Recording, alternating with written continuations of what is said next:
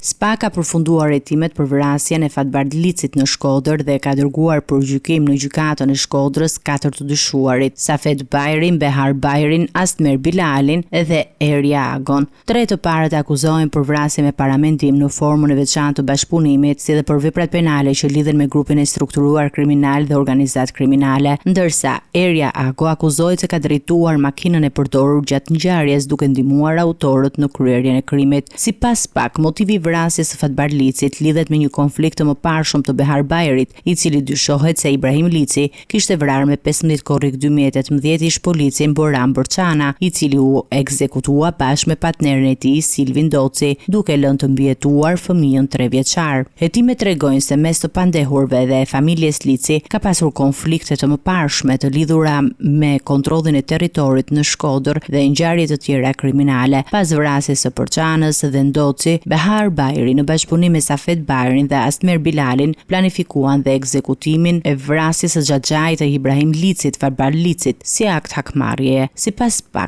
Safet Bajri dhe Astmer Bilali përdorën një mjet benz të vjedhur për të arritur në lokalin ku Lici po pinte kafen dhe Bilali qelloi viktimën. Pas krimit, Rustemi qëndroi në Shkodër, ndërsa Bilali u largua drejt Tiranës së bashku me Erja Agon, e cila akuzohet për përkrahje të autorëve të krimit. Ky proces shënon një nga rastet të më të ndërlikuara të hetimit të krimit të organizuar në Shkodër dhe vëmendja është e lartë pasi përfshin një seri ngjarjesh kriminale të lidhura mes tyre që përfshin hakmarrje dhe përdorim të mjeteve të vjedhura për ekzekutimin e krimeve.